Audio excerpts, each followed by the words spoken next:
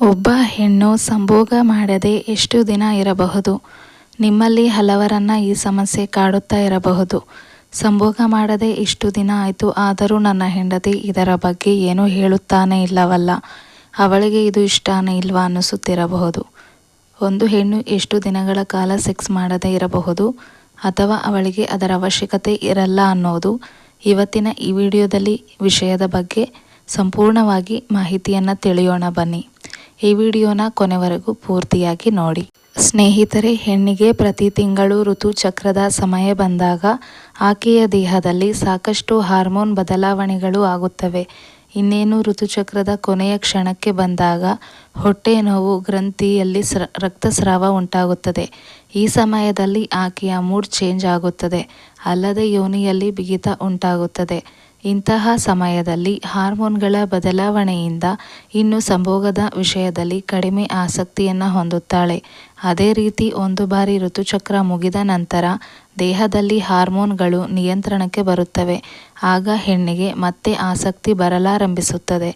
ಈ ಸಮಯದಲ್ಲಿ ಆಕೆ ನಿಮ್ಮೊಂದಿಗೆ ಬಹಳ ಪ್ರೀತಿಯಿಂದ ಇರುತ್ತಾಳೆ.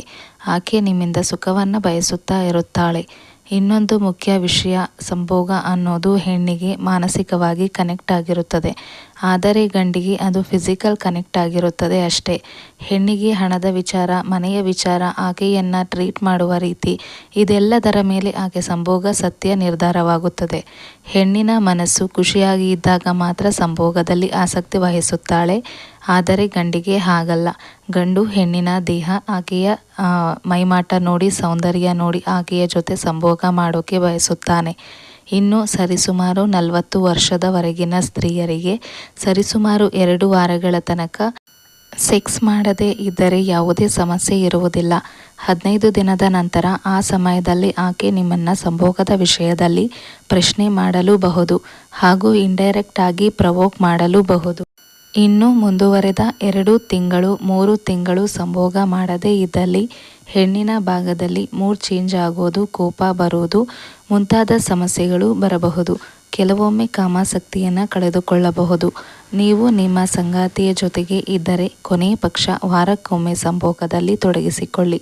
ಇನ್ನು ನೀವು ಆಕೆಯಿಂದ ದೂರ ಇದ್ದರೆ ಕೊನೆ ಪಕ್ಷ ಫೋನ್ ಮುಖಾಂತರ ತಮಾಷೆಯಾಗಿ ಸಂತೋಷವಾಗುವಂತೆ ಮಾತನಾಡಿ. ನಿಮಗೆ ಈ ವಿಡಿಯೋ ಇಷ್ಟವಾದರೆ ಲೈಕ್ ಮಾಡಿ. ಲೈಕ್ ಮಾಡುವ ಮುಖಾಂತರ ನನಗೆ ಸಪೋರ್ಟ್ ಮಾಡಿದಂಗೆ ಇರುತ್ತೆ. ಫಸ್ಟ್ ಟೈಮ್ ನೋಡುವವರು ನನ್ನ ಹೊಸ ಚಾನಲ್ನ ಸಬ್ಸ್ಕ್ರೈಬ್ ಮಾಡ್ಕೊಳ್ಳಿ, ಹಾಗೆ ಬೆಲ್ ಬಟನ್ ಕ್ಲಿಕ್ ಮಾಡಿ. ಹೀಗೆ ಮಾಡೋದರಿಂದ ನಾನು ಯಾವುದೇ ಹೊಸ ವಿಡಿಯೋ ಬಿಟ್ಟರೆ ಅದು ನಿಮಗೆ ಫಸ್ಟ್ ಬರುತ್ತೆ. ಕೇಳಿದ್ದಕ್ಕಾಗಿ ತಮ್ಮೆಲ್ಲರಿಗೂ ಧನ್ಯವಾದಗಳು.